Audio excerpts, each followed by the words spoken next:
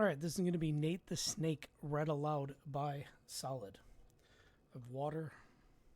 I took a lot of Tums, and I have a fizzy high noon. Hopefully, I'm able to get through the whole thing without stopping. Here we go. So, there's a man crawling through the desert. He decided to try his SUV in a little bit of cross-country travel. Had great fun zooming over the Badlands and through the sand. Got lost, hit a big rock, and then he couldn't get it started again. There were no cell phone towers anywhere near, so a cell phone was useless. He had no family, his parents had died a few years before in an auto accident, and his few friends had no idea he was out there. He stayed with the car for a day or so, but his one bottle of water ran out and he was getting thirsty.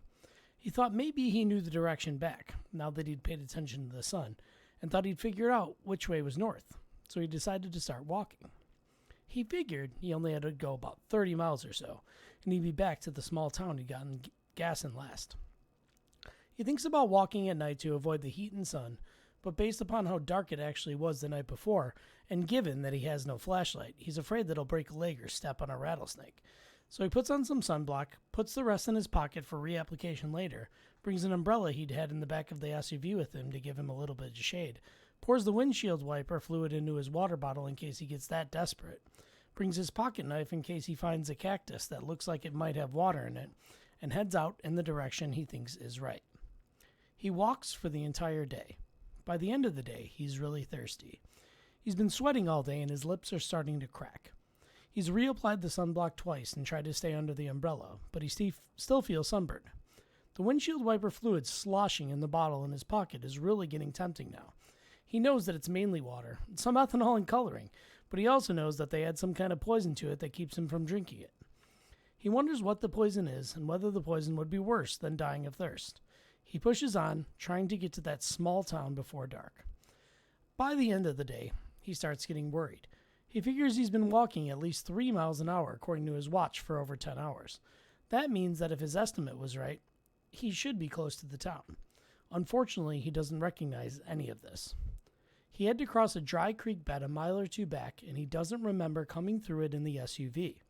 He figures that maybe he got his direction off just a little, and that the dry creek bed was just off to one side of the path. He tells himself that he's close, and that after dark he'll start seeing the town lights over one of these hills. That'll be all he needs. As it gets dim enough and he starts stumbling over small rocks and things, he finds a spot and sits down to wait for full dark and the town lights. Full dark becomes before he knows it. He must have dozed off. He stands back up and turns all the way around. He sees nothing but stars. He wakes up the next morning feeling absolutely lousy. His eyes are gummy and his mouth and nose feel like they're full of sand. He's so thirsty that he can't even swallow. He barely got any sleep because it was so cold. He'd forgotten how cold it got at night in the desert and hadn't noticed it the night before he'd been in his car. He'd know the rules of threes: 3 minutes without air, 3 days without water, 3 weeks without food, then you die. Some people can make it a little longer in the best situations. The desert heat and having to walk and sweat isn't the best situation to be in without water. Unless he finds water, he figures, this is his last day. He rinses out his mouth with a little of the windshield wiper fluid. He waits for a while after spitting that little bit out to see if his mouth goes numb or if he feels dizzy or something. Has his mouth gone numb? Is it just in his mind? He's not sure. He'll go a little farther, and if he still doesn't find water, he'll try drinking some of the fluid.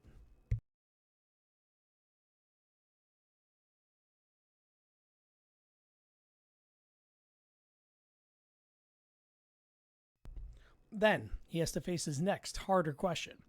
Which way does he go from here? Does he keep walking the same way as yesterday, assuming that he still knows which way it is? Or does he try a new direction? He has no idea what to do. Looking at the hills and dunes around him, he thinks he knows what direction he was heading before. Just going by a feeling, he points himself somewhat to the left and starts walking. As he walks, the day starts heating up. The desert, too cold just a couple of hours before, soon becomes an oven again. He sweats a little at first and then stops. He starts getting worried at that. He knows that when you stop sweating, you're in trouble. It's usually right before heat stroke. He decides that it's time to try the windshield wiper fluid. He can't wait any longer. If he passes out, he's dead. He stops in the shade of a large rock, takes the bottle out, opens it, and takes a mouthful. He slowly swallows it, making it last as long as he can. It feels so good in his dry and cracked throat that he doesn't even care about the nasty taste. He takes another mouthful and makes it last too. Slowly, he drinks half the bottle. He figures that since he's drinking it, he might as well drink enough to make some difference and keep himself from passing out. He's quit worrying about the denaturing of the wiper fluid.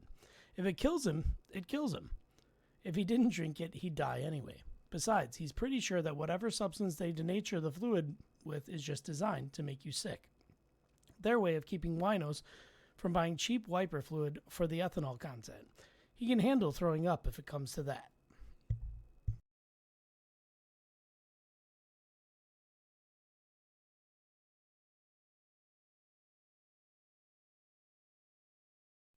He walks. He walks in the hot, dry, windless desert. Sand, rocks, hills, dunes, the occasional scrawny cactus or dried bush. No sign of water. Sometimes he'll see a little movement to one side or the other, but whatever moved is usually gone before he can focus his eyes on it. Probably birds, lizards, or mice. Maybe snakes, though they usually move more at night. He's careful to stay away from the movements. After a while, he begins to stagger. He's not sure if it's fatigue, heat stroke finally catching him, or maybe he was wrong and the denaturing of the wiper fluid is worse than he thought. He tries to steady himself and keep going. After more walking, he comes to a large stretch of sand. This is good! He knows he passed over a stretch of sand in the SUV. He remembers doing donuts in it, or at least he thinks he remembers it. He's getting woozy enough and tired enough that he's not sure what he remembers anymore or if he's hallucinating. He thinks he remembers it, so he heads off into it, trying to get to the other side, hoping that it gets him closer to the town. He was heading for a town, wasn't he? He thinks he was. He isn't sure anymore. He's not even sure how long he's been walking anymore. Is it still morning? Has it moved into afternoon and the sun is going down again? It must be afternoon. It seems like it's been too long since he started out. He walks through the sand. After a while, he comes to a big dune in the sand. This is bad. He doesn't remember any dunes from when he was driving over the sand in his SUV. At least he doesn't think he remembers any.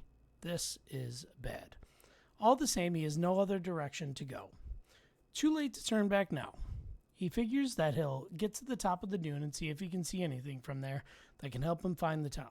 He keeps going up the dune. Halfway up, he slips in the bad footing of the sand for the second or third time and falls to his knees. He doesn't feel like getting back up since he'll just fall down again. He keeps going up the dune on his hands and knees. While crawling, if his throat weren't so dry, he'd laugh. He's finally gotten to the hackneyed image of a man lost in the desert, crawling through the sand on his hands and knees. It would be the perfect image, he imagines, if only his clothes were more ragged. The people crawling through the desert in the cartoons always had ragged clothes, but his have lasted without any rips so far. Somebody will probably find his desiccated corpse half buried in the sand years from now, and his clothes will still be in fine shape. Shake the sand out, give them a good wash, and they'd be wearable again. He wishes his throat were wet enough to laugh. He coughs a little instead, and it hurts. He finally makes it to the top of the sand dune. Now that he's at the top, he struggles a little, but manages to stand up and look around. All he sees is sand. Sand and more sand. Behind him, about a mile away, he thinks he sees the rocky ground he left to head into his sand. Ahead of him, more dunes, more sand. This isn't where he drove his SUV. This is hell, or close enough. Again, he doesn't know what to do. He decides to drink the rest of the wiper fluid while figuring it out. He takes out the bottle and starts removing the cap when he glances to the side and sees something. Something in the sand. At the bottom of the dune, off to the side, he sees something strange. It's a flat area in the sand. He stops opening the bottle and tries to look closer. The area seems to be circular, and it's dark. Darker than the sand, there seems to be something in the middle of it, but he can't tell what it is. So he looks as hard as he can, but still can't tell from here. He's going to have to go down there and look. He puts the bottle back into his pocket and starts to stumble down the dune. After a few steps, he realizes that he's in trouble. He's not going to be able to keep his balance. After a couple more sliding, tottering steps, he falls and starts to roll down the dune. The sand is so hot that he thinks he's caught fire on the way down, like a movie car wreck flashing into flames as it goes over the cliff, before it ever even hits the ground.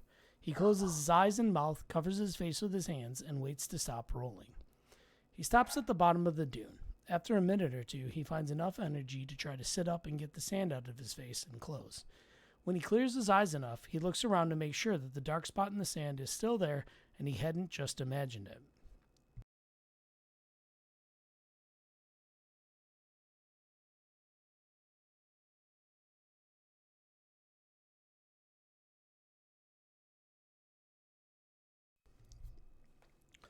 Seeing the large, flat, dark spot on the sand still there, he crawls towards it.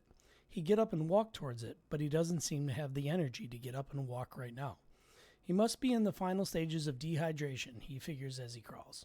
If this place in the sand doesn't have water, he'll likely never make it anywhere else.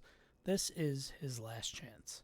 He gets closer and closer, but still can't see what's in the middle of the dark area. It's hard to focus, and lifting his head up to look takes so much effort that he gives up trying. He just keeps crawling. Finally, he reaches the area he'd seen from the dune. It takes him a minute of crawling on it before he realizes that he's no longer on sand. He's now crawling on some kind of dark stone. Stone with some kind of marking on it, a pattern cut into the stone. He's too tired to stand up and try to see what the pattern is, so he just keeps crawling. He crawls towards the center where his blurry eyes still see something in the middle of the dark stone area. His mind, detached in a strange way, notes that either his hands and knees are so burnt by the sand that they no longer feel pain, or that this dark stone in the middle of a burning desert with a pounding, punishing sun overhead doesn't seem to be hot. It almost feels cool. He considers lying down on the nice, cool surface. Okay, I'm going to leave off there. I'm going to let my dog out.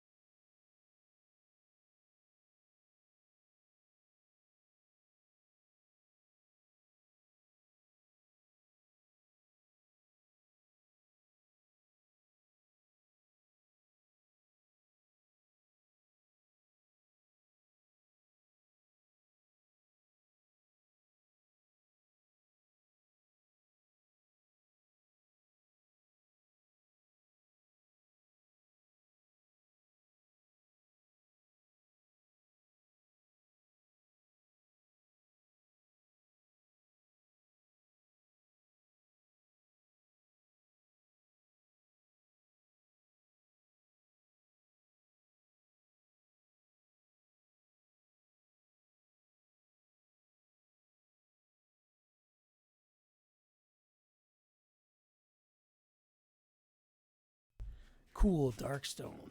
Not a good sign. He must be hallucinating this. He's probably in the middle of a patch of sand, already lying face down and dying, and just imagining the whole thing. A desert mirage.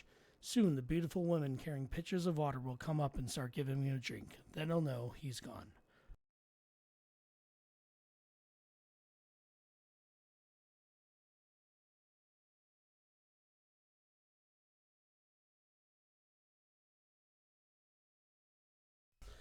He decides against laying down on the cool stone. If he's going to die here in the middle of this hallucination, he at least wants to see what's in the center before he goes. He keeps crawling. It's the third time that he hears the voice before he realizes what he's hearing. He would swear that someone just said, "Greetings, traveler. You do not look well. Do you hear me?" He stops crawling. He tries to look up from where he is on his hands and knees, but it's too much effort to lift his head. So he tries something different. He rolls over and leans back, trying to sit up on the stone. After a few seconds, he catches his balance, avoids falling on his face, sits up, and tries to focus his eyes. Blurry. He rubs his eyes with the back of his hands and tries again. Better this time. Yep, he can see. He's sitting in the middle of a large, flat, dark expanse of stone. Directly next to him, about 3 feet away, is a white post or pole about 2 inches in diameter and sticking about 4 or 5 feet out of the stone at an angle. And wrapped around this white rod is what must be a 15-foot long desert diamondback rattlesnake, with a hovering tail and rattle seemingly prepared to start rattling, looking directly at him. He stares at the snake in shock. He doesn't have the energy to get up and run away. He doesn't even have the energy to crawl away. This is it, his final resting place. No matter what happens, he's not going to be able to move from this spot. Well, at least dying from a bite from this monster should be quicker than dying of thirst. He'll face his end like a man. He struggles to sit up a little straighter. The snake keeps watching him. He lifts one hand and flicks it in the snake's direction feebly. The snake watches the hand for a moment, then goes back to watching the man, looking into his eyes. Maybe the snake has no interest in biting him. It hasn't rattled yet. That's a good sign. Maybe he isn't going to die of snake bite after all. He then remembers that he looked up when he'd reached the center here because he thought he'd heard a voice. He's still very woozy. He feels like he might pass out soon. The sun still beats down on him even though he is now on cool stone. He still doesn't have anything to drink, although maybe he had actually heard a voice.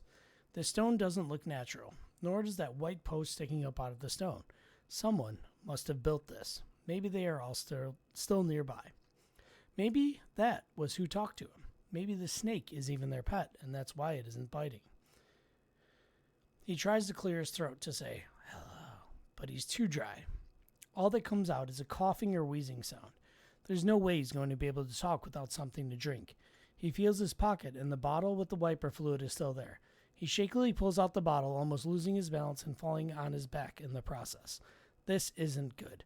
He doesn't have much time left by his reckoning before he passes out. He gets the bottle open, manages to get the bottle to his lips, and pours some of the fluid into his mouth. He sloshes it around and then swallows it. He coughs a little. His throat feels better. Maybe he can talk now. He tries again. Ignoring the snake, he turns to look around him, hoping to spot the owner of this place, and croaks out, hello, is there anyone here? He hears from his side, greetings, what is it that you want? He turns his head back towards the snake. That's where the sound seemed to come from. The only thing he can think of is that there must be a speaker hidden under the snake or maybe built into that post. He decides to try asking for help. Please, he croaks again, suddenly feeling dizzy. I'd love to not be thirsty anymore. I've been without water for a long time. Can you help me? Looking in the direction of the snake, hoping to see where the voice was coming from this time, he is shocked to see the snake rear back, open its mouth, and speak. He hears it say as the dizziness overtakes him and he falls forward, face first on the stone. Very well. Coming up. A piercing pain shoots through his shoulder. Suddenly, he is awake. He sits up and grabs his shoulder, wincing at the throbbing pain. He's momentarily disoriented as he looks around, and then he remembers the crawl across the sand, the dark area of stone, the snake. He sees the snake, still wrapped around the tilted white post, looking at him. He reaches up and feels his shoulder, where it hurts. It feels slightly wet. He pulls his fingers away and looks at him. Blood. He feels his shoulder again. It feels like his shirt has 2 holes in it. 2 puncture holes. They match up with the 2 aching spots of pain on his shoulder. He has been bitten by the snake.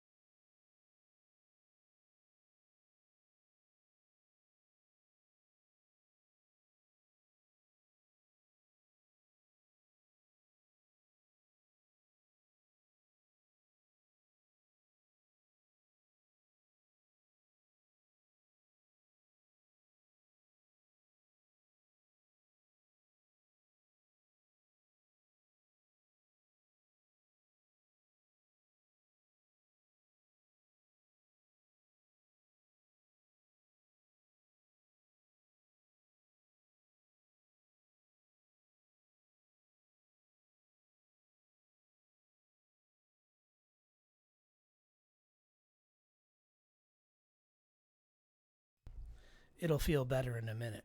He looks up. It's the snake talking. He hadn't dreamed it. Suddenly he notices he's not dizzy anymore, and more importantly, he's not thirsty anymore. At all. Have I died? Is this the afterlife? Why are you biting me in the afterlife? Sorry about that, but I had to bite you, says the snake. That's the way I work. It all comes through the bite. Think of it as natural medicine. You bite me to help me? Why aren't I thirsty anymore? Did you give me a drink before you bit me? How did I drink enough while unconscious to not be thirsty anymore? I haven't had a drink for over 2 days. Well, except for the windshield wiper fluid. Hold it. How in the world does a snake talk? Are you real? Are you some sort of Disney animation? No, says the snake. I'm real as you or anyone is anyway. I didn't give you a drink. I bit you. That's how it works. It's what I do. I bite. Plus, I don't have hands to give you a drink, even if I had water just sitting around here. The man sat stunned for a minute. Here he was, sitting in the middle of the desert on some strange stone that should be hot, but wasn't, talking to a snake that couldn't talk back and had just bitten him, and he felt better. Not great. He was still starving and exhausted, but much better. He was no longer thirsty. He had started to sweat again, but only slightly. He felt hot in the sun, but it was starting to get lower in the sky, and the cool stone beneath him was a relief he could notice, now that he was no longer dying of thirst. I might suggest that we take care of that methanol you now have in your system with the next request, continued the snake. I can guess why you drink it, but I'm not sure how much you drank or how much methanol was left in that wiper fluid. That stuff is nasty. It'll make you go blind in a day or two if you drink enough of it.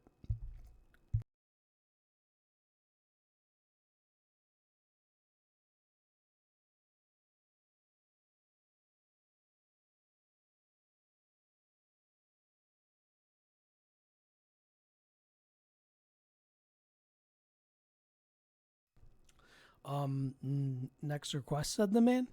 He put his hand back on his hurting shoulder and backed away from the snake a little. That's the way it works, if you like, that is, explained the snake. You get 3 requests. Call them wishes if you wish. The snake grinned at his own joke, and the man drew back a little further from the show of fangs. But there are rules, the snake continued. The first request is free. The second requires an agreement of secrecy. The third requires the binding of responsibility. The snake looked at the man seriously. By the way, the snake says suddenly, my name is Nathan, Old Nathan. Samuel used to call me. He gave it the name. Before that, most of the bound just used to call me Snake. But that got old and Samuel wouldn't stand for it. He said that anything that could talk needed a name. He was big into names. You can call me Nate if you wish. Again, the snake grinned. Sorry if I don't offer to shake, but I think you can understand. My shake sounds somewhat threatening. The snake gave his rattle a little shake. My name is Jack, said the man, trying to absorb all of this. Jack Sampson. Can I ask you a question? Jack says suddenly. What happened to the venom in your bite? Why aren't I dying now? How did you do that? What do you mean by that's how you work? That's more than one question, grins Nate, but I'll still try to answer all of them. First, yes, you can ask me a question. The snake's grin gets wider. Second, the venom is in you. It changed you. You now no longer need to drink. That's what you asked for. Well, technically, you asked not to be thirsty anymore, but anymore is such a vague term. I decided to make it permanent. Now, as long as you live, you shouldn't need to drink much at all. Your body will conserve water very efficiently. You should be able to get enough just from the food you eat. Much like a creature of the desert, you've been changed. For the third question, Nate continues, you are still dying. Besides the effect of that methanol in your system, you're a man, and men are mortal. In your current state, I give you no more than about 50 years. Assuming you get out of this desert alive, that is. Nate seemed vastly amused at his own humor and continued his wide grin.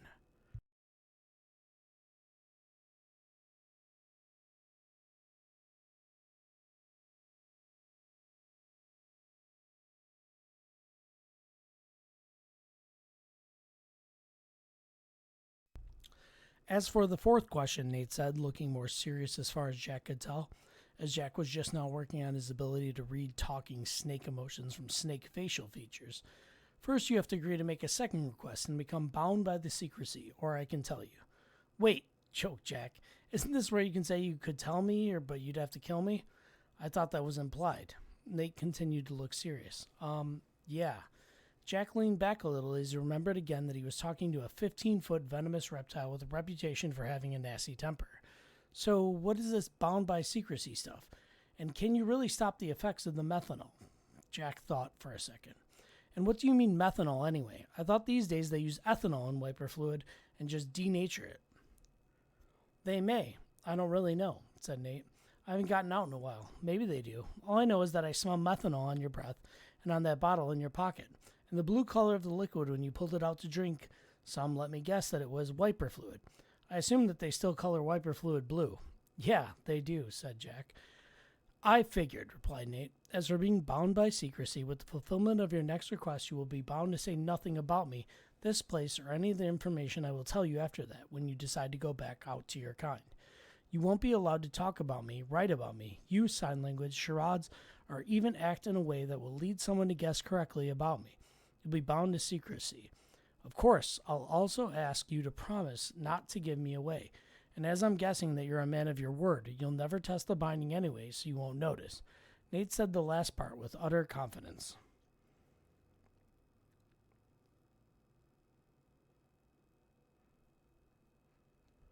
Jack, who had always prided himself on being a man of his word, felt a little nervous at this. Hey Nate, who are you? How did you know that? Are you, omniscient or something? Well, Jack, said Nate sadly, I can tell you that unless you make the second request. Nate looked away for a minute, then looked back. Well, okay, said Jack. What is this about a second request? What can I ask for? Are you allowed to tell me that? Sure, said Nate, brightening. You're allowed to ask for changes to yourself. They're like wishes, but they can only affect you. Oh, and before you ask, I can't give you immortality, or omniscience, or omnipresence, for that matter. Though I might be able to make you gaseous and yet remain alive, and then you could spread through the atmosphere and sort of be omnipresent. But what good would that be? You still wouldn't be omniscient, and thus still could only focus on one thing at a time. Not very useful, at least in my opinion. Nate stopped when he realized that Jack was staring at him. Well, anyway, continued Nate, I'd probably suggest giving you permanent good health. It would negate the methanol now in your system. You'd be immune to most poisons and diseases, and you tend to live a very long time, barring accident, of course, and you'll even have a tendency to recover from accidents as well. It always seemed like a good choice for a request to me. Cure the methanol poisoning, huh? Said Jack, and keep me healthy for a long time? Doesn't sound bad at that. And it has to be a request for a change to me. I can't ask to be rich, right? Because that's not really a change to me. Right, nodded Nate. Could I ask to be a genius and permanently healthy? That takes 2 requests, Jack.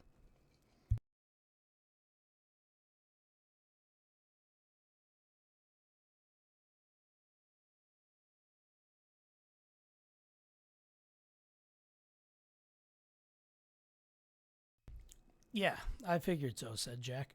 But I could ask to be a genius. I could become the smartest scientist in the world or the best athlete. Well, I can make you very smart, admitted Nate, but that wouldn't necessarily make you the best scientist in the world. Or I can make you very athletic, but it wouldn't necessarily make you the best athlete either. You've heard the saying that 99% of genius is hard to work. Well, there's some truth to that. I can give you the talent, but I can't make you work hard. It all depends on what you decide to do with it. Said Jack. Okay, I think I understand. And I get a third request after this one? Maybe, said Nate. It depends on what you decide then. There are more rules for the third request that I can only tell you about after the second request. You know how it goes. Nate looked like he'd shrug if he had shoulders. Okay, well, since I'd rather not be blind in a day or two, and permanent health doesn't sound bad, then consider that my second request, officially. Do I need to sign it in blood or something? No, said Nate. Just hold out your hand, or heel. Nate grinned. Or whatever part you want me to bite. I have to bite you again, like I said. That's how it works. The venom, you know, Nate said apologetically. Jack winced a little and felt his shoulder where the last bite was. Hey, it didn't hurt anymore, just like Nate had said. That made Jack feel better about the biting business. But still standing still, while a 15-foot snake sunk its fangs into you, Jack stood up. Ignoring how good it felt to be able to stand again, and the hunger starting to gnaw at his stomach, Jack tried to decide where he wanted to get bitten. Despite knowing that it wouldn't hurt for long, Jack knew that this wasn't going to be easy. Hey, Jack, Nate suddenly said, looking past Jack towards the dunes behind him. Is that someone else coming up over here? Jack spun around and looked. Who else could be out here in the middle of nowhere, and did they bring food? Wait a minute. There's nobody over there. What was Nate? Jack let out a bellow as he felt 2 fangs sink into his rear end through his jeans. Jack sat down carefully, fingering his more tender buttock. I would have decided eventually, Nate. I was just thinking about it. You didn't have to hoodwink me like that.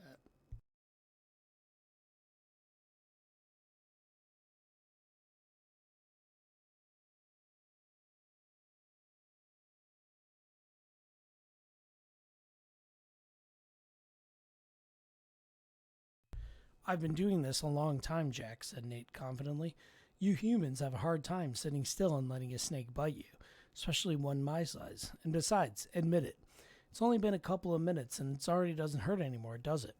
That's because of the health benefit with this one. I told you that you heal quickly now. Yeah, well, still, said Jack. It's the principle of the thing, and nobody likes being bitten in the butt. Couldn't you have gotten for my calf or something instead?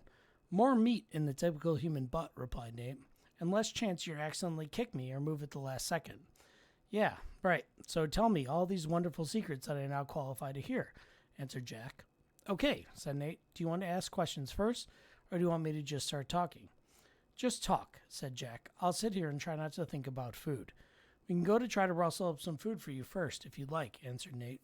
Hey, you didn't tell me you had food around here, Nate, Jack jumped up. What do we have? My walking distance to town? Or can you magically whip up food along with your other powers? Jack was almost shouting with excitement. His stomach had been growling for hours. I was thinking more like I could flush something out of its hole and bite it for you, and you could skin it and eat it, assuming you have a knife, that is, replied Nate, with the grin that Jack was starting to get used to. Ugh, said Jack, sitting back down. I think I'll pass. I can last a little longer before I get desperate enough to eat desert rat, or whatever else it is you find out here. There's nothing to burn. I'd have to eat it raw. No thanks. Just talk. Okay, replied Nate, still grinning. But I better hurry before you start looking at me as food. Nate reared back a little, looked around for a second, and then continued. You, Jack, are sitting in the middle of the Garden of Eden. Jack looked around at the sand and dunes and then looked back at Nate skeptically. Well, that's the best I can figure it anyway, Jack, said Nate. Stand up and look at the symbol on the rock here. Nate gestured to the dark stone they were both sitting on with his nose. Jack stood up and looked. Carved into the stone in a bas-relief was a representation of a large tree. The angled pole that Nate was wrapped around was coming out of the trunk of the tree, right below where the main branches left the trunk to reach out across the stone. It was very well done. It looked more like a tree had been reduced to almost 2 dimensions and embedded in the stone than it did like a carving. Jack walked around and looked at the details in the fading light and the setting sun. He wished he'd looked at it while the sun was higher in the sky.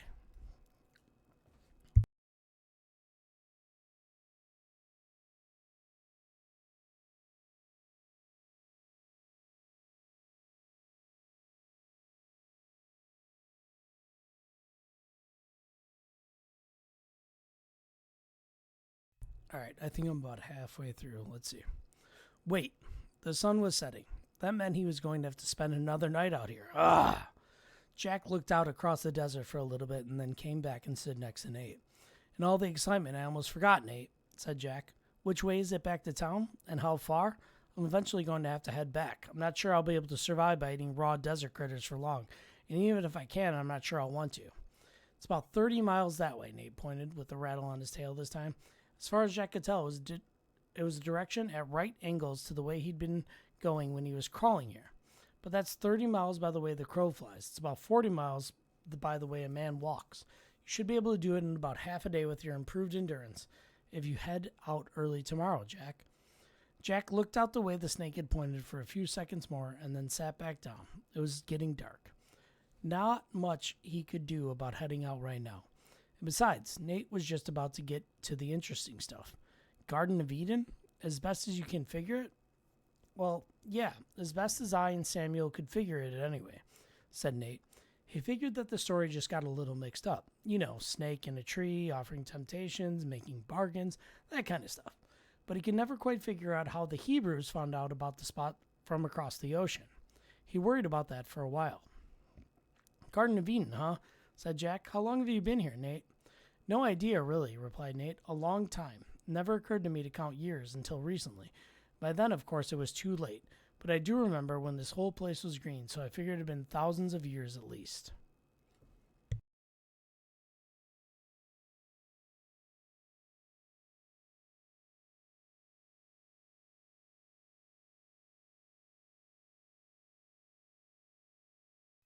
So are you the snake that tempted Eve? Said Jack.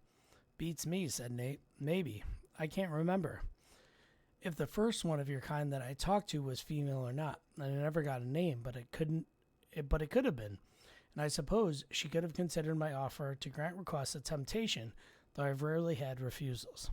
Well, how did you get there then? And why is that white pole stuck out of the stone there? Asked Jack. Dad left me here, or I assume it was my dad. It was another snake, much bigger than I was back then. Remember talking to him, but I don't remember if it was in a language or just kind of understanding what he wanted. But one day he brought me to the stone, told me about it, and asked me to do something for him.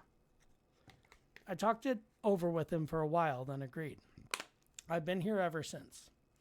What is this place? Said Jack, and what did he ask you to do? Well, you see this pole here sticking out of the stone? Nate loosened his coils around the tilted white pole and showed Jack where it descended into the stone. The pole was tilted at about a 45-degree angle and seemed to enter the stone in an 18-inch slot cut into the stone. Jack leaned over and looked. The slot was dark and the pole went down into it as far as Jack could see in the dim light. Jack reached out to touch the pole, but Nate was suddenly there in the way. You can't touch that yet, Jack, said Nate. Why not? Asked Jack. I haven't explained it to you yet, replied Nate. Well, it kind of looks like a lever or something, said Jack. You'd push it away and it would move in the slot. Yep, that's what it is, replied Nate. What does it do? Asked Jack. And the world?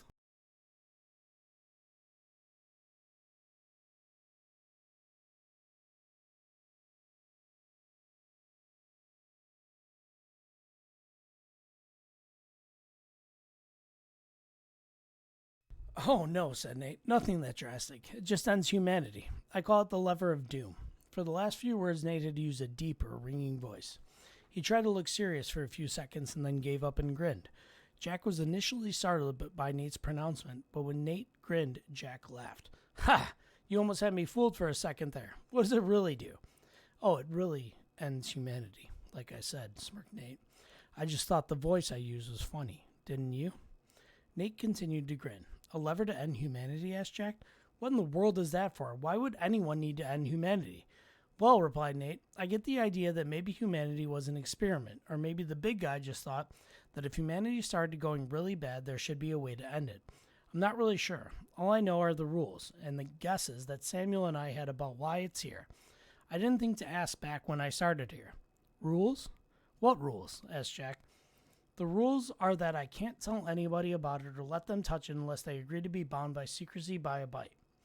And that only one human can be bound in that way at a time. That's it, explained Nate. Jack looked somewhat shocked. You mean that I could pull this lever now? You'd let me end humanity? Yep, replied Nate, if you want to. Nate looked at Jack carefully. Do you want to, Jack? No, said Jack, stepping a little further back from the lever. Why in the world would anyone want to end humanity? It'd take a psychotic to want that. Or worse, a suicidal psychotic. Because it would kill him too, wouldn't it?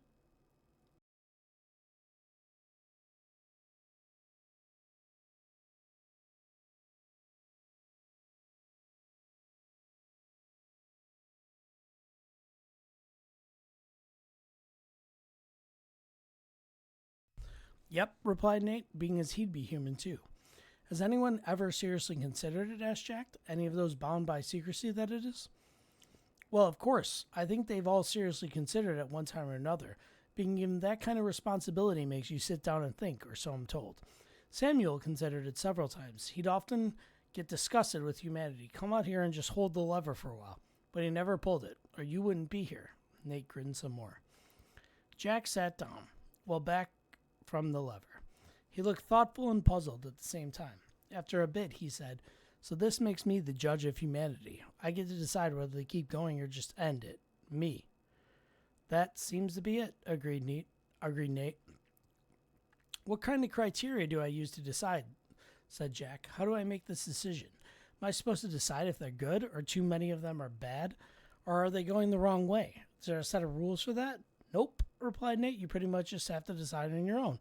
It's up to you, however you want to decide it. I guess that you're just supposed to know. But what if I get mad at someone, or some girl dumps me and I feel horrible? Couldn't I make a mistake? How do I know that I won't screw up? Protested Jack. Nate gave this kind of snake-like shrug again. You don't. You just have to try your best, Jack. Jack sat there for a while, staring off into the desert that was rapidly getting dark, chewing on a fingernail. Suddenly, Jack turned around and looked at the snake. Nate, was Samuel the one bound to this before me? Yep, replied Nate. He was a good guy, talked to me a lot, taught me to read and brought me books. I think I still have a good pile of them buried in the sand around here somewhere. I still miss him. He died a few months ago. Sounds like a good guy, agreed Jack. How did he handle this when you first told him? What did he do? Well, said Nate, he sat down for a while, thought about it for a bit, and then asked me some questions, much like you're doing. What did he ask you, if you're allowed to tell me? Asked Jack. He asked me about the third request. Aha! It was Jack's turn to grin. And what did you tell him? I told him the rules for the third request, that to get the third request you have to agree to this whole thing, that if it ever comes down to the point that you really think that humanity should be ended, that you'll come here and end it. You won't avoid it, and you won't wimp out. Nate looked serious again. And you'll be bound to do it too, Jack. Jack looked back out in the darkness for a while. Nate watched him, waiting. Nate, continued Jack, quietly, eventually, what did Samuel ask for with this third request? Nate sounded like he was grinning again as he replied, also quietly, Wisdom, Jack. He asked for wisdom, as much as I can give him. Okay, said Jack, standing up and facing away from Nate. Give it to me. Nate looked back at Jack's backside. Give you what, Jack? Give me that wisdom, the same stuff that Samuel asked for. If it helped him, maybe it'll help me too. Jack turned his head to look back over his shoulder at Nate. It did help him, right?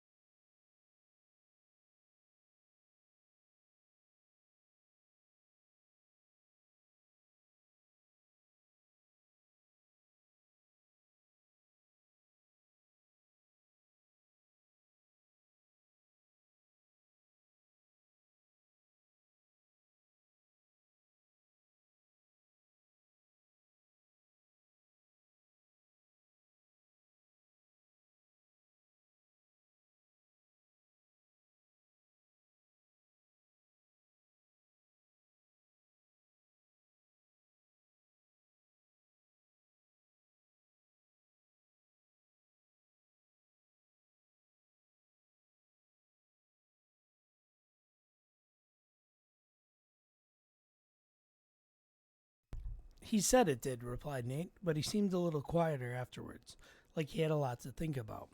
Well, yeah, I can see that, said Jack. So give it to me. Jack turned to face away from Nate again, bent over slightly, and tensed up.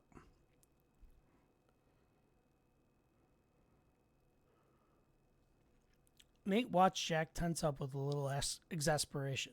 If he bit Jack now, Jack would likely jump out of his skin, maybe hurt them both. You remember that you'll be bound to destroy humanity if it ever looks like it needs it, right, Jack? Asked Nate, shifting position. Yeah, I got that, replied Jack, eyes squeezed slightly shut and body tense, not noticing the change in direction of Nate's voice. And, continued Nate from his new position, do you remember that you'll turn bright purple and grow big horns and extra eyes? Yeah, hey, whoa, wait a minute, said Jack, opening his eyes, straightening up and turning around. Purple! He didn't see Nate there. With the moonlight, Jack could see that the lever extended up from its slot in the rock without the snake wrapped around it. Jack heard from behind him Nate's "just kidding," right before he felt the now familiar piercing pain, this time in the other buttock. Jack sat on the edge of the dark stone in the rapidly cooling air, his feet extending out into the sand. He stared out into the darkness, listening to the wind stir the sand, occasionally rubbing his butt where he'd been recently bitten. Nate had left for a little while, had come back with a desert rodent-shaped bulge somewhere in his middle, was now wrapped back around the lever, his tongue flicking out in the desert night's air, the only sign that he was still awake. Occasionally, Jack, with his toes absent-mindedly digging in the sand while he thought, would ask Nate a question without turning around. Nate, do accidents count? Nate lifted his head a little bit. What do you mean, Jack? Jack tilted his head back like he was looking at the stars. You know, accidents. If I accidentally fall on the lever without meaning to, does that still wipe out humanity? Yeah, I'm pretty sure it does, Jack. I suggest you be careful about that if you start feeling wobbly, said Nate with some amusement. A little later, Does it have to be me that pulls the lever? Asked Jack. That's the rule, Jack. Nobody else can pull it, answered Nate. No. Jack shook his head. I meant, does it have to be my hand? Could I pull the lever with a rope tied around it, or push it with a stick, or throw a rock? Yes, those would work, replied Nate, though I'm not sure how complicated you could get. Samuel thought about trying to build some kind of remote control for it once, but gave it up. Everything he'd build would be gone by the next sunrise if it was touching the stone or over it. I told him that in the past, others that had been bound had tried to bury the lever so they wouldn't be tempted to pull it, but every time the stones or sand or whatever happened had disappeared. Wow, said Jack. Cool. Jack leaned back until only his elbows kept him off to the stone and looked up into the sky. Nate, how long did Samuel live? One of his wishes was for health, too, right? Asked Jack. Yes, replied Nate. It was. He lived 167 years, Jack. Wow, 167 years. That's almost 140 more years I'll live if I live as long. Do you know what he died of, Nate? He died of getting tired of living, Jack, Nate said, sounding somewhat sad. Jack turned his head to look at Nate in the starlight. Nate looked back. Samuel knew he wasn't going to be able to stay in society. He figured that they'd eventually see him still alive, start questioning it, so he decided that he'd have to disappear after a while. He faked his death once, but that changed his mind. He decided it was too early and he could stay for a little longer. He wasn't very fond of mankind, but he liked the attention, most of the time anyway.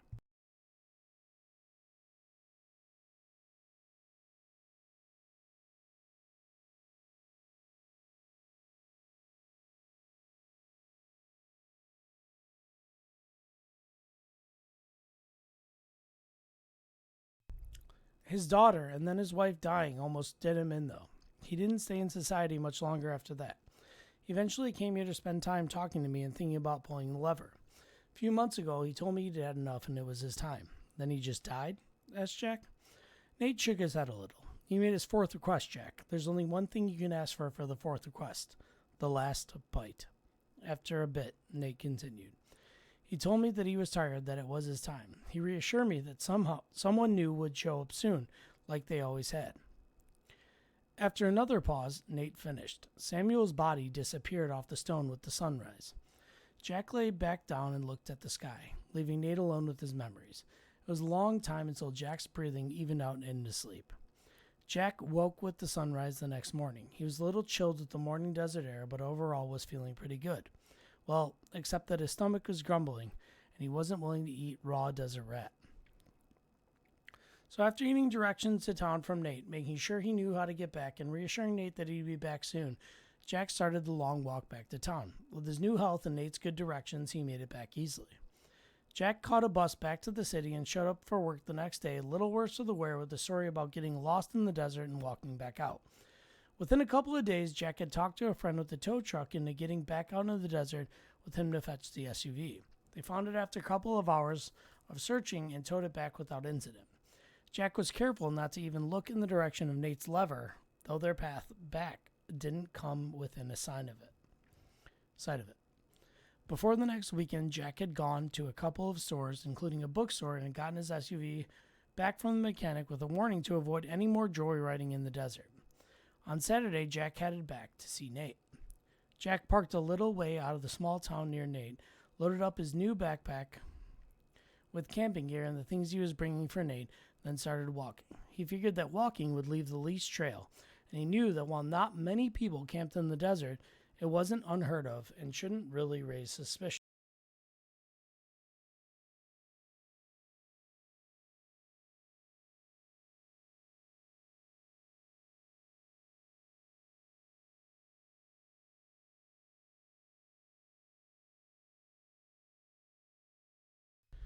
Jack had brought more books for Nate. Recent books, magazines, newspapers. Some things that would catch Nate up with what was happening in the world. Others that were just good books to read. He spent the weekends with Nate and then headed out again, telling Nate that he'd be back again soon, but that he had things to do first. Over 4 months later, Jack was back to see Nate again. This time he brought a laptop with him, a specifically modified laptop. It had a solar recharger, special filters and seals to keep out the sand, and a satellite link-up, and a special keyboard and joystick that Jack hoped that a 15-foot rattlesnake would be able to use. It had been hacked to not give out its location to the satellite. After that, Jack could email Nate to keep in touch, but still visit him fairly regularly, at least once or twice a year. After the first year, Jack quit his job. For some reason, with the wisdom he'd been given and the knowledge that he could live for over 150 years, working in a 9-to-5 job for someone else didn't seem that worthwhile anymore. Jack went back to school. Eventually, Jack started writing. Perhaps because of the wisdom, perhaps because of his new perspective, he wrote well. People liked what he wrote, and he became well known for it. After a time, Jack bought an RV and started traveling around the country for book signings and readings, but he still remembered to drop by and visit Nate occasionally. On one of his visits, Nate seemed quieter than usual. Not that Nate had been a fountain of joy lately. Jack's best guess was that Nate was still missing Samuel. Though Jack had tried, he still hadn't been able to replace Samuel in Nate's eyes. Nate had been getting quieter each visit, but on this visit, Nate didn't even speak when Jack walked up to the lever. He nodded at Jack, then went back to staring into the desert. Jack, respecting Nate's silence, sat down and waited. After a few minutes, Nate spoke. "Jack, I have someone to introduce you to." Jack looked surprised. "Someone to introduce me to?" Jack looked around, then looked carefully back at Nate. "This something to do with the big guy?" No, replied Nate. "This is more personal. I want you to meet my son." Nate looked over at the nearest sand dune. "Sammy!" Jack watched as a 4-foot-long desert rattlesnake crawled from behind the dune and up to the stone base of the lever. "Yo, Jack," said the new, much smaller snake. "Yo, Sammy," replied Jack. Jack looked at Nate. "Named after Samuel, I suppose?" Nate nodded.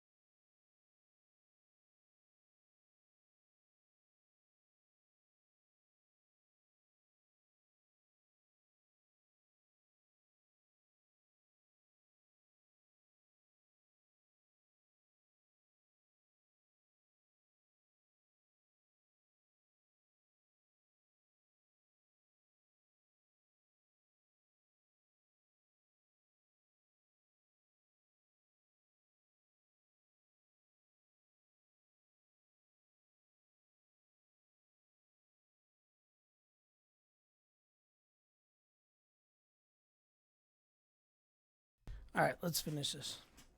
Nate nodded. "Jack, I got a favor to ask you. Could you show Sammy around for me?" Nate unwrapped himself from the lever and slid over to the edge of the stone and looked across the sands. "When Samuel first told me about the world and brought me books and pictures, I wished that I could go see it. I wanted to see the great forests, the canyons, the cities, even the other deserts, or see if they felt and smelled the same. I want my son to have that chance to see the world before he becomes bound here like I have been. He's seen it in pictures over the computer that you brought me, but I hear that it's not the same. That being there is different. I want him to have that. Think you can do that for me, Jack?" Jack nodded. This is obviously very important to Nate. So Jack didn't even joke about taking a talking rattlesnake out to see the world. "Yeah, I can do that for you, Nate. Is that all you need?" Jack could sense that there was something more. Nate looked at Sammy. Sammy looked back to Nate for a second and then said, "Oh yeah, I've got to go back. Back in a little bit, Jack. Nice to meet you."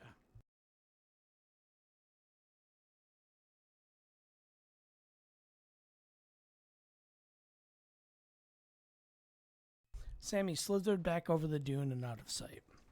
Nate watched Sammy disappear and then looked back at Jack. "Jack, this is my first son, my first offspring through all the years. You don't even want to know what it took for me to find a Nate." Nate grinned to himself. "But anyway, I had a son for a reason. I'm tired. I'm ready for it to be over, and I need a replacement." Jack considered this for a minute. "So you're ready to come see the world, and you wanted him to watch the lever while you were gone?" Nate shook his head. "No, Jack. You're a better guesser than that. You've already figured it out. I'm bound here. There's only one way for me to leave here, and I'm ready. It's my time to die." Jack looked more closely at Nate. He could tell Nate had thought about this, probably for quite a while.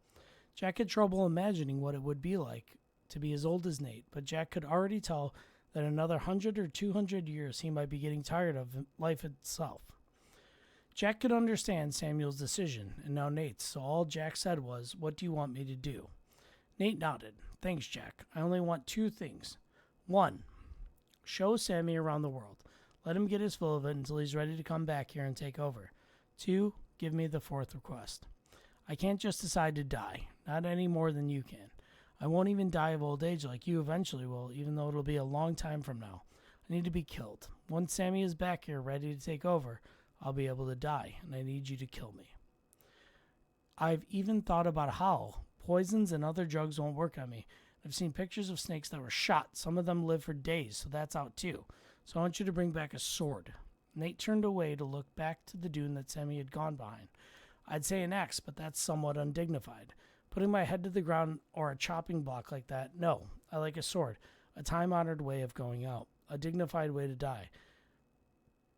And most importantly, it should work, even on me." "You willing to do that for me, Jack?"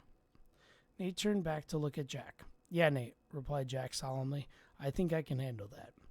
Nate nodded. "Good." He turned back toward the dune and shouted, "Sammy, Jack's about ready to leave." Then quietly, "Thanks, Jack." Jack didn't have anything to say to that, so he waited for Sammy to make it back to the lever, nodded him, nodded a final time to Nate, and then headed into the desert with Sammy following.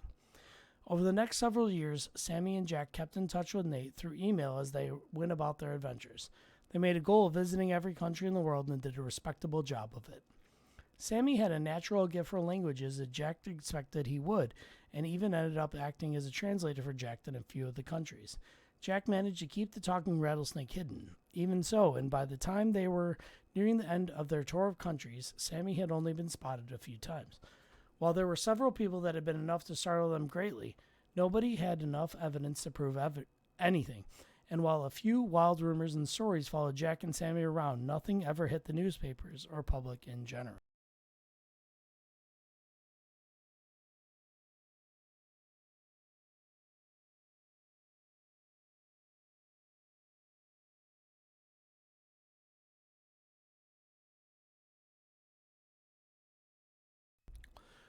When they finished the tour of countries, Jack suggested that they try undersea diving. They did, and spelunking. They did that too. Sammy finally drew the line to visiting Antarctica. He'd come to realize that Jack was stalling. After talking to his dad about it over email, he'd figured out that Jack probably didn't want to have to kill Nate. Nate told Sammy that humans could be squeamish about killing friends and acquaintances. So Sammy eventually put his tail down, as he didn't have a foot, and told Jack that it was time. He was ready to go back and take up his duties from his dad. Jack delayed it a little more by insisting that they go back to Japan and buy an appropriate sword. He even stretched it a little more by getting lessons in how to use the sword, but eventually he learned as much as he was likely to without dedicating his life to it, and was definitely competent enough to take the head off a snake. It was time to head back and see Nate. When they got back to the U.S., Jack got the old RV out of storage where he and Sammy had left it after their tour of the 50 states. He loaded up Sammy and the sword, and they headed for the desert.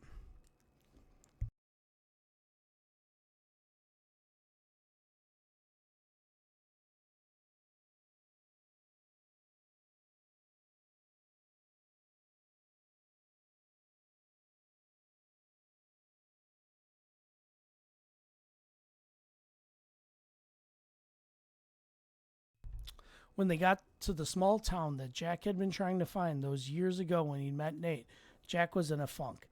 He didn't really feel like walking all the way out there. Not only that, but he'd forgotten to figure out the travel time correctly, and it was late afternoon.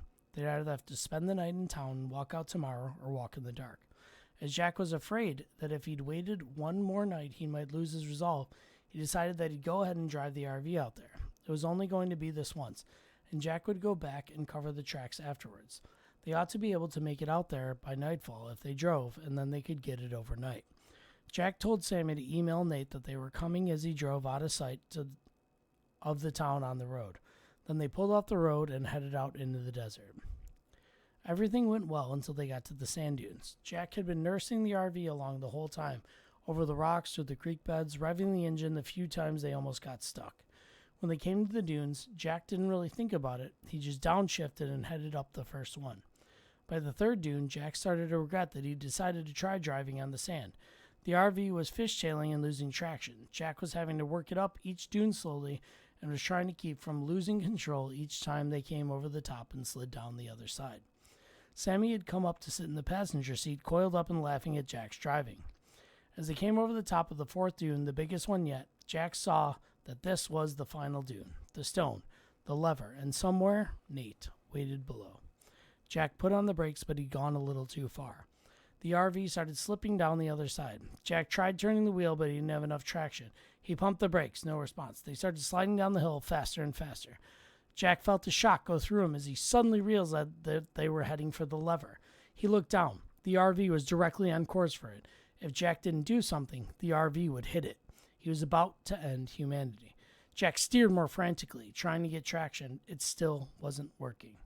The dune was too steep and the sand too loose. In a split second, Jack realized that his only chance would be once he hit the stone around the lever. He should have traction on the stone for just a second before he hit the lever. He wouldn't have time to stop, but he should be able to steer away. Jack took a better grip on the steering wheel and tried to turn the RV a little bit. Every little bit would help. He'd have to time his turn just right. The RV got to the bottom of the dune, sliding at an amazing speed in the sand. Just before they reached the stone, Jack looked across it to check that they were still heading for the lever. They were, but Jack noticed something else that he hadn't seen from the top of the dune. Nate wasn't wrapped around the lever. He was off to the side of the lever, but still on the stone, waiting for them.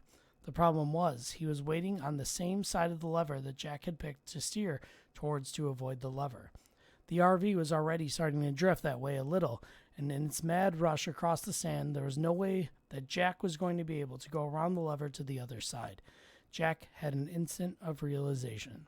He was either going to have to hit the lever or run over Nate. He glanced over at Sammy and saw that Sammy realized the same thing. Jack took a firmer grip on the steering wheel as the RV ran up the stone, shouting to Sammy as he pulled the steering wheel, "Better Nate than no lever!" He ran over the snake. The end. And thank fucking God that's the end.